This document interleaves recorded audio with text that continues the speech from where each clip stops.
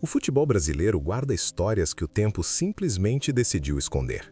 E uma delas envolve o Vasco da Gama, Leônidas da Silva e uma jogada tão absurda para a época que, mesmo não tendo entrado para os livros oficiais, mudou a forma como o futebol passou a ser enxergado no Brasil.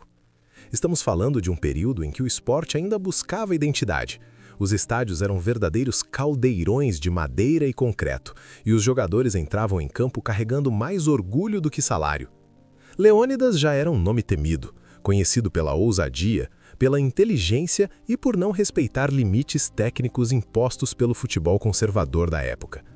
Mas naquele dia, vestindo a camisa do Vasco, ele foi além do que qualquer um imaginava.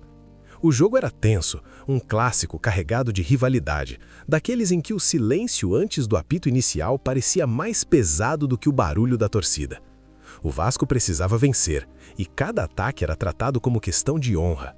O adversário marcava forte, fechava espaços e apostava no erro, porque enfrentar Leônidas era, acima de tudo, tentar prever o imprevisível.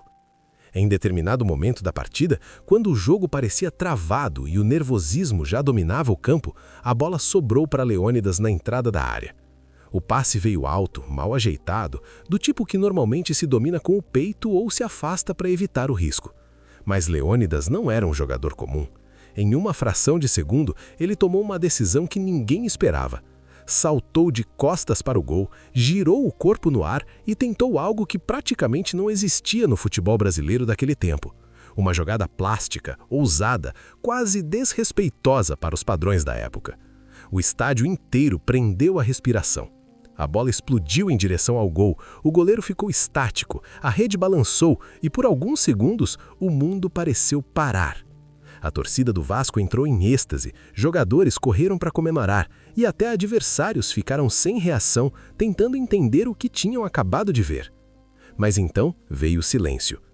O árbitro, visivelmente inseguro, anulou o lance. Alegou irregularidade, jogo perigoso, algo que nem ele soube explicar direito. O gol não valeu. A jogada não entrou no placar. Oficialmente nada aconteceu, mas dentro de campo tudo havia mudado. Leônidas se levantou calmamente, sem discutir, sem reclamar, com um olhar que misturava desafio e desprezo pelas regras que ainda não estavam prontas para ele. O jogo seguiu, mas ninguém mais prestava atenção no resultado. O assunto era um só, aquilo que tinha acabado de acontecer. Jogadores comentavam entre si, torcedores repetiam o movimento com o corpo nas arquibancadas, jornalistas anotavam freneticamente mesmo sem saber como descrever o lance. Nos dias seguintes, o futebol brasileiro começou a falar sobre algo novo, um estilo mais livre, mais criativo, mais brasileiro. Aquela jogada anulada de Leônidas com a camisa do Vasco não entrou para os registros oficiais, não virou estatística, não aparece em vídeos históricos, mas ela abriu uma porta. Pouco tempo depois, movimentos parecidos começaram a surgir, a ousadia passou a ser aceita e o que antes era visto como imprudência virou genialidade. O Vasco, mais uma vez, esteve no centro de uma transformação silenciosa do futebol nacional. E Leônidas, mesmo sem o gol validado, deixou sua marca. Porque algumas jogadas não precisam valer no placar para entrarem na história. Elas valem na memória, na mudança de mentalidade e na coragem de quem ousa fazer antes de todos os outros.